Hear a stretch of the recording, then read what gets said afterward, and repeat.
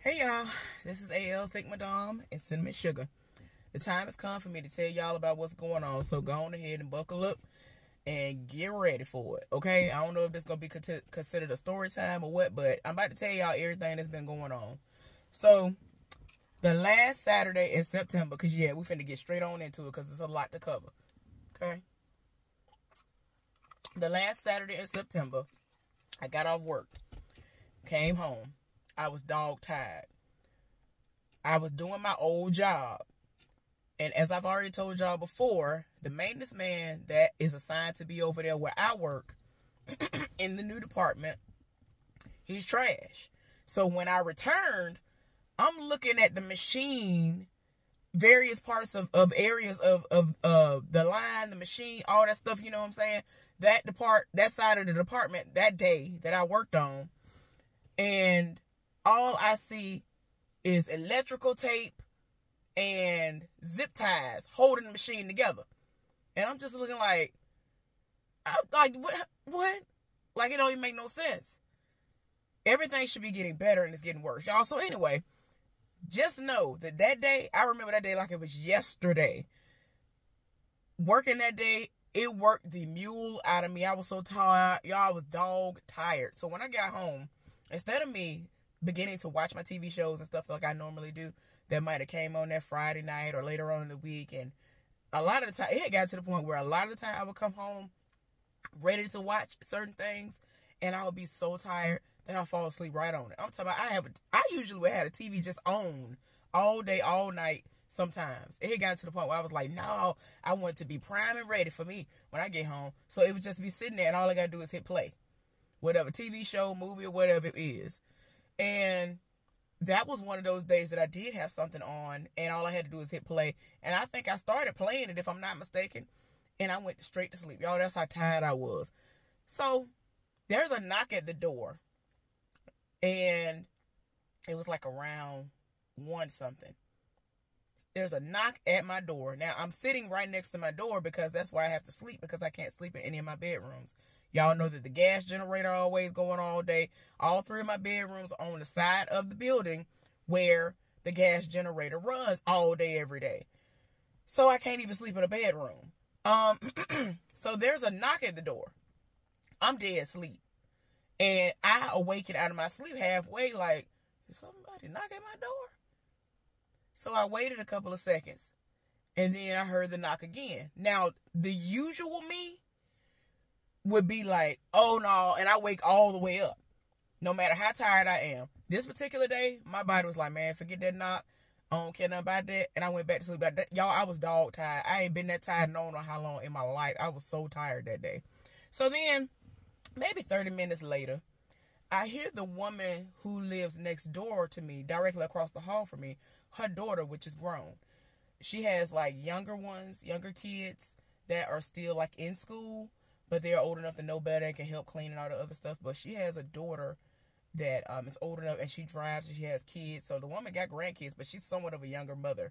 So anyway, the daughter come up the steps, and I hear her on the phone, and she said, yeah, it's on everybody's door. And so what she said, whatever it was that she said that accompanied that, made my ears perk up like, what is she talking about? So I waited for her to go into her mama's apartment and close the door and lock it. So after about 3 to 5 minutes, I went outside my door. There's some paper on my door that had been attached to my door. Now, I did hear some tape or something earlier when the person knocked on the door, but I'm ignoring it. I'm like, I don't care. Now, keep in mind, for those of y'all who've been with me and y'all been, following everything I've been telling y'all, because some of y'all really do be invested, and I tell y'all my business. Most of the time, I tell y'all every single last drop of my business. So y'all know that we had a health inspector or, building inspector come and all this other stuff. Whenever they wanted us to be ready and have the apartment accessible for anybody to come in, he'll tape a notice to the door and all this other stuff as a reminder. Outside, it texted us and all that other stuff. So in my mind, I'm like, oh, okay. So I'm used to him taping something on the door. Well, he'd have taped something to my door. So I retrieve what's on the door and go inside and lock my door. So I read the notice. And I ain't think nothing about the notice being with me in this moment to tell y'all exactly what was said. But anyway, the gist of it is, it says something about 30-day a 30-day notice of some sort. But the way I interpreted it was they wanted to make sure that everybody in our building went from an annual lease to a month-to-month lease, because I was one of the few that still had an annual lease. Every year they would just renew it because I was consistent. I did what I was supposed to do.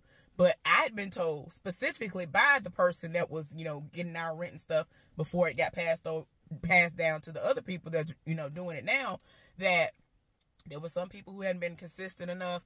They had gotten behind by months. And so they basically just put them on a month to month just in case they need to, like, put them out or whatever. It is what it is, but business is business. So I was like, okay. So, but something told me, call him. So I called the property manager and he answered the phone. So we talking on the phone and I was like, well, I received this paper that you put on the door. And I said, so this is to solidify that everybody is now going going to a month-to-month lease agreement. He was like, oh no, that's not what that means. So I'm looking like, okay. So he was like, that's a notice to let you know that all of the residents in the building have 30 days to leave. When I tell y'all I was stuck, because I'm looking like, what are you talking about? Y'all, I just paid my rent like 2 days prior. So I'm like, what? Like, this was my first rent payment to them ever in life. First. And I just paid y'all 2 days ago, and you telling me I got to get out the building. What you mean I got to leave? He was like, yeah, everybody in the building has a notice and they have 30 days to leave. So I'm looking like, what is you talking about? What you talking about? I'm not understanding. And so he was like, the long short of it is that the person that owns the building, whoever the contractors are that he is going to go with in order to do renovations to the building, they will only do the renovations if it's empty.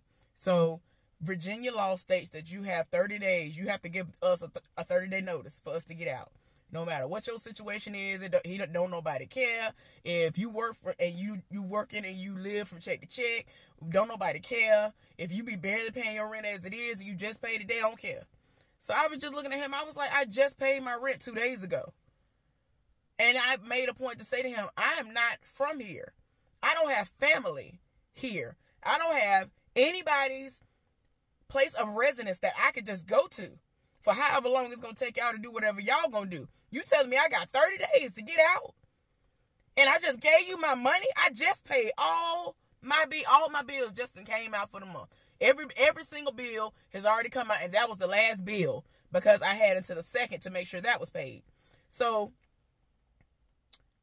that's like I told y'all, that was like the last day, the last Saturday in September. So whatever day that was like the 20, I don't forgot. Anyway, whatever day that was the last day in September, and I had already paid my rent. So I'm looking at them like, what is you talking about? Like, I had just paid my rent 2 days prior to that, because I was just like, I just want to go ahead and get that out of the way, because for them, they want to do everything strictly by Virginia law. So instead of saying by the 5th, they said by the 2nd, the rent has to be paid or you're going to start incurring the late fees. So I was like, I'm not giving nobody no extra money. So it is what it is. So after that happened, I was like, okay, you ain't finna get me. I don't care what you say.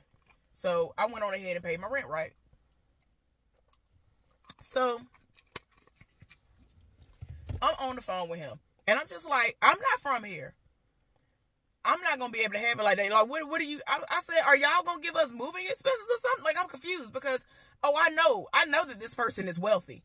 The person that's been buying all these buildings, they're wealthy. So I'm like, he must be giving us some kind of a moving expense or something. So he was like, unfortunately, no. Now, if you paid a deposit whenever you first got here, then yeah, whatever. Now, when me and my ex moved in, I don't think there was a deposit. We had already known the person that allowed us to move in because he, let us know, hey, I got a place, and whatever, right? Because at that time, we were living in what my ex liked to call the trap house.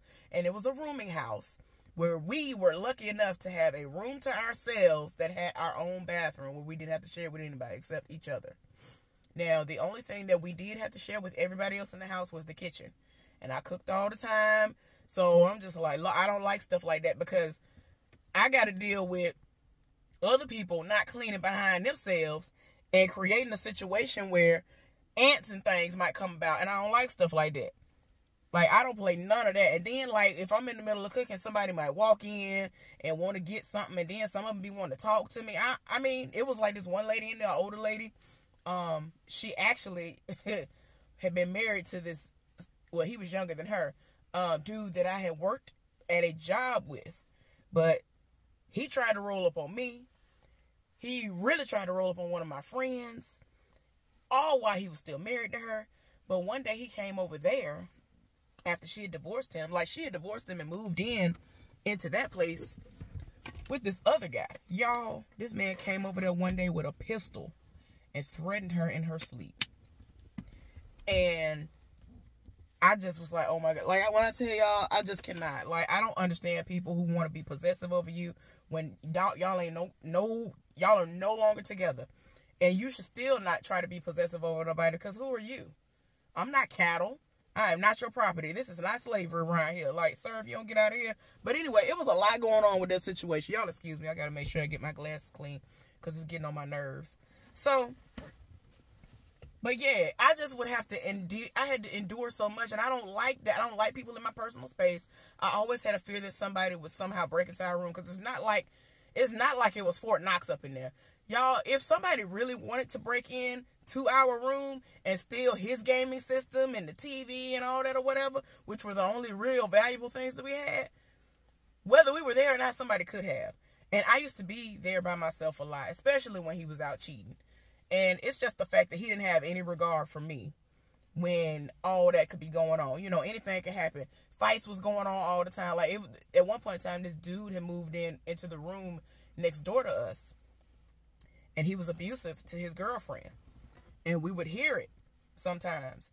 And he would act like he gonna go out there sometimes, y'all. He ain't never go do nothing. But anyway, what if that man come out there and see me? Because I think it was me and maybe one other person. Me, my ex, and maybe one other person. We the only ones who had vehicles. So that man know what I look like. His window was right there. So when I go outside and come in from work, if he's there, that man can see me and he know what I look like. So if I try to confront somebody, I can end up being killed. Like, it's so many videos going on that we've seen where people have, they've recorded where people have endured certain situations where they tried to intervene and they got killed. Man, woman, it don't even matter. It's just like, it don't even make no sense. So much stupidity going on in the world, y'all. So what can I do? You know what I'm saying? At this point, and that's actually been a conversation that I've had with people in the past. This one dude that I was talking to, he was in a McDonald's in Alabama. He was in a McDonald's, and he was right behind somebody arguing. And he said, I ain't gonna get into that. And I thought that was so crazy. But then, as I got older, part of me is conflicted about it, because you really could end up dead behind that. Like, it's crazy. So anyway, y'all, let me get back on track, because I got a long story to tell. Y'all, so anyway, like I said, there was somebody that we had already known. We were living in this trap house, as my ex liked to call it, because it was a rooming house, and there were people who were drug dealers and things that lived in there, but nobody ever tried me. When I tell y'all some kind of way, that might have been the best rooming house in that city. Okay? That might have been the best rooming house in that city. And, we needed a key to unlock our door and all that other stuff. I don't think anybody's ever broken into our room. And like I said before, if somebody really wanted to get in there, they could have tried every single last window. They would have been able to get into one of our windows. Just go in there and get the stuff. One day I accidentally locked my keys in there when I went out to cook, and the landlord came over and he was trying to figure something out because he didn't have another copy of the key or whatever on him, and he was close by to us than he was to where the keys were. So he was trying to, figure it out, and then he just went to one of the windows and he was able to get it. And we were just lucky that the window was unlocked. I just never tried the windows. I just, y'all don't understand, that place was so, oh my gosh. I don't know how I survived. But anyway, so we went from the rooming house to the apartment that I live in now. So even though I hated that apartment, it was a step up from where we were. So I was like, okay, because he basically was like, well, either you gonna come with me or you gonna stay behind. Because I'm trying to explain to him, why don't we just save up our money and then put in applications in places that we actually want to go to? Because we did try that, and they said that our credit wasn't what it needed to be. Because when we were in Raleigh, North Carolina, when I left him, and he was the only one working at the time, and he was so distraught over me leaving that he didn't go to work.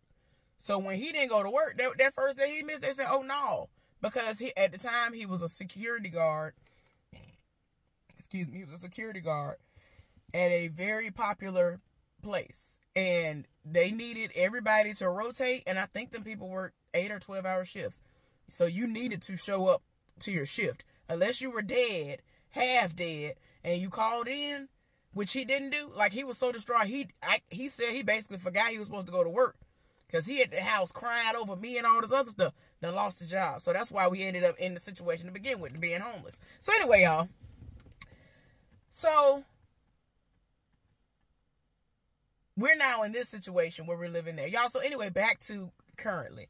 So I'm telling this man, I don't have money like that. I'm trying to understand how you think I'm going to move. Like, I don't get no money. I just put all my money into rent 2 days ago. Now, I'm not going to make it seem like my bank account was empty, but it was not enough to move nothing. I have stuff in every room. I have furniture. I have a washer, and I have a dryer. Everything, which is all paid off. So, I'm not leaving my stuff behind. Like, what are you talking about? Child, he just kept on apologizing. And I'm over here actively almost on the verge of having a heart attack. Like, I'm panicking, like, what am I going to do? Like, there's nothing you can say, because all you're telling me is I got to get out. How am I going to do that? Y'all, when I tell y'all I'm on that phone. So then he going to tell me, he was like, well, he said my last name. He said, Miss, whatever. I don't know if you associate with people in the building, but I would appreciate it if you would keep this to yourself. So I said, okay, because I'm trying to figure out where he going with this. So he going to tell me, so the owner of this building actually acquired the building that's behind you as well. And they are all low-level apartments. It's only like 4 apartments over there, all ground level. And I didn't know they had been, they had gotten rid of the tenants in there. And they were redoing them and all this other stuff. I had no idea, right? This is the place I've been telling y'all about before, that I didn't understand why the people who were above us, that have kids, they don't take them to the playground, because it was a nice playground right behind where we lived. And I believe that the entire community was welcome to have their children come over there and play. So, yeah. But anyway, and he was like, next week, I'm coming back in town on Friday, so if you want me to, I can give you a tour. Now, it's nasty in there, meaning that nothing was, done. They had construction, going on in there. They were pulling everything out and setting it up so that they can rent it out. And so I said, well, how much is it going to be? Because, y'all, I currently pay $7.95 for a 3-bedroom, 1 bathroom. So I'm like, what are you talking about? And even though I hate it there.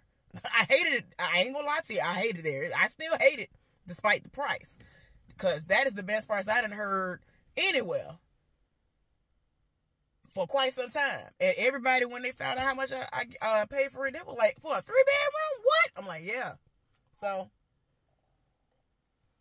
this was going to be a 1-bedroom, 1 bath for $800, like a little bit over what I'm currently paying, right? So I was like, okay.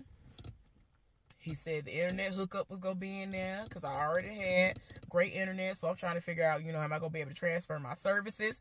That's one thing a lot of people don't understand. Like, if you are heavy into internet and good internet, you got to make sure that wherever you're going to is even going to accept that particular internet provider. That was another thing, that when my ex and I were going apartment shopping, that some places they don't even use the great internet service. So anyway, y'all, he over here telling me, about it, and he was like, I can walk you through and all this other stuff. And so it was kind of going to be slightly gutted out, and they were cleaning and all that other stuff before they complete the washer, dryer hookups and all that stuff. So I was like, well, I don't know. I might be interested, but I'll let you know. So that kind of calmed me down a little bit, because I'm like, what am I supposed to do? So he was like, if everything goes according to plan, by the time you're moving out, they'll be done. Now, I'm saying to myself, I don't believe y'all, because y'all been extremely behind on everything else y'all supposed to do. I ain't heard nobody out there. Construction's supposed to be happening. And even though it's just 4 apartments, when y'all was supposed to have people just to come over to do the windows, it took them people in my apartment 4-5 hours. And they only did one apartment. They only did one window. Between 4 people, they did one window. And then the rest, somebody will go and they just bolted the window up to keep it from coming down. And I'm like, that's not fixing the windows. That's not fixing them. You were supposed to completely replace these windows, but they didn't. So anyway, they're trying to do a quick fix so that the inspector could come in and she would pass them. Y'all, So, going back to the applications. So, one of the times that my ex and I went and put in applications, they ran our background and all this other stuff, right? For whatever reason, I don't know why. Because me and my ex, okay, so when my ex and I first got together, when we finally moved out on our own, we got our first apartment together. And so, it was a nice area in Raleigh, North Carolina. It was really, really nice. And all I had to do was pay $100 deposit or whatever it was, like, because my credit was so good. And we got it. Like, we didn't have to search nowhere else. We got the exact apartment that we wanted to go to, right? It was because of my credit. I guess because I don't know, it's because I'm a little older and I been living, and, you know, I ain't had no credit cards like that, not for real. I had one that I had used, but it ended up getting, going to some kind of court. It's some stuff that went down with that card. But I ain't really do nothing, but for whatever reason, I was on the low end of what I had to pay and the application fee, and we were able to get in there. So, when my ex did what he did by not going to work, we ended up getting evicted. I came back to him, and I basically agreed that I would be homeless with him and all of this or whatever, because I really loved this man. And in my mind, I'm like, okay, you should be able to be willing to go through the fire and all this with the person that you feel like you're supposed to be with or whatever, y'all. So anyway, that's the reason why that even came about. So I came back and we got the notices and we had to get out. Y'all, I had spent so much money on good, amazing stuff. Brand new beds. And all that, y'all, it don't even make no sense. Beds and stuff had delivered, had all that stuff. His mama has all that in storage. His mama was able to benefit. So his mama is set. Whenever, if she's ever settled and finally got into her own place, unless she decided to sell them, she should be set for life. She wouldn't have to start over to do nothing. Pretty much everything that we had to clear up out of there, she took all the good stuff. And I was always buying all the good pots, pans, plates, all that. She took the bed, because at the time it was like, at that time, memory foam and all that stuff, that bed was like $400, $500, $600 and some dollars by itself. And I paid for it by myself. I paid for 99% of everything in our relationship. I'm just saying. Especially when we first got together, because he didn't have that great of a job. And my thing is, if we together, then if we need something, then I don't mind paying for it. That was what my mindset was at the time, even though that was not the way that I grew up. So anyway, y'all. But yeah, so for whatever reason, when they ran our background, they said that because of his history, we would have to pay or whatever amount. And they were like, well, your history don't really look, bad like that. The eviction, for whatever reason, wasn't on my name, under my name. I don't know what that was about. And I was confused because we lived together. And I was the one that was the reason why we got the lease. So I don't know. I was like, I ain't going to fight it. But at the same time, like, what's going on? But we still would have had to pay a certain amount of money to get in there and all this other stuff. And it was high. It was really, really steep for us at the time. It is what it is. Later on, after he left me, his main side heifer got him into the same apartment complex, and used all of her money and all of her connections in order to get him in there. Used herself, I guess, as a reference, I guess you could say, and got him in there. Must be nice. So anyway, so I'm at the point now where I'm like, well, I don't know what I'm gonna do. Like, what is we talking about? So eventually I get off the phone with him. And so I'm thinking about it, y'all. I start kind of like I'm really internalizing it. Like, what am I going to do? I'm homeless. I got 30 days to get out of here. I ain't got nowhere to go. What am I going to do? So I get really, really upset. I end up contacting the guy who lives 3 hours away. And I just texted him. And I was just venting to him. That's all I was doing. I was just venting. The first thing this man says to me is, I'm so sorry that happened to you. And he said, I'm going to try my best to help you with moving expenses. And I'm saying to myself, what is he talking about? I ain't telling him he had to help me with nothing, but okay, whatever. And I told him, you ain't got to do that, da-da-da-da. And so, I'm just venting to you. So then I sucked it up and went on ahead and called my parents and told them what was happening. They are looking like, what are you talking about? I said, y'all, I just paid my rent. So this ain't even making sense. Like, what are you talking about that I got to get out? And so we're all trying to put our heads together to figure out what I can do. And if they can have it their way, I can get back home. Everybody want me home. Like, even though I don't want to be home, everybody else want me home. And I mean, it's not that I hate Montgomery. It's just that I wanted to be able to be, since I've already experienced being away from home, I wanted to just be closer to home. I wanted to move. Now, if I'm going to move, if I'm going to stay in the city where I am currently, then I want to be where I want to live comfortably. I'm not able to even do that because these people aren't paying me as they should, and I'm going to get to that eventually. So I don't know how many parts this is going to be, but right now this is part 1. Okay, y'all? Once I get to the 30-minute mark each time, I'm going to tell y'all. So if y'all need to, just take breaks in between because there's so much stuff that happen, y'all. So I'm just like, I don't know what I'm going to do. And so they're like, don't worry about nothing. When I tell y'all already know what's going on with my mama. My mama going to tell me, don't worry about nothing. Everything going to work out. Everything happens for a reason. And I'm just like, Mom, I'm finna be homeless. Like, that's all I'm trying to, in my mind, I'm just like, I'm trying to get you to understand. I'm homeless. I just paid my rent and I'm homeless. Like, this ain't making sense. So she was just like, look, whatever you had planned to do today, go ahead and do it. Y'all, that was when I planned on doing my hair. Y'all remember I kept telling y'all I had stuff planned to do and I kept on procrastinating on my hair? That was the reason why. I was going, after I had taken that nap or whatever, after I woke up, I was going to at least wash my hair, prep my hair, and all that other stuff so I could braid my hair like this or whatever, right? In honor of breast cancer month, in memory, all that other stuff, and just in support of the, survivors and the victims and all of that.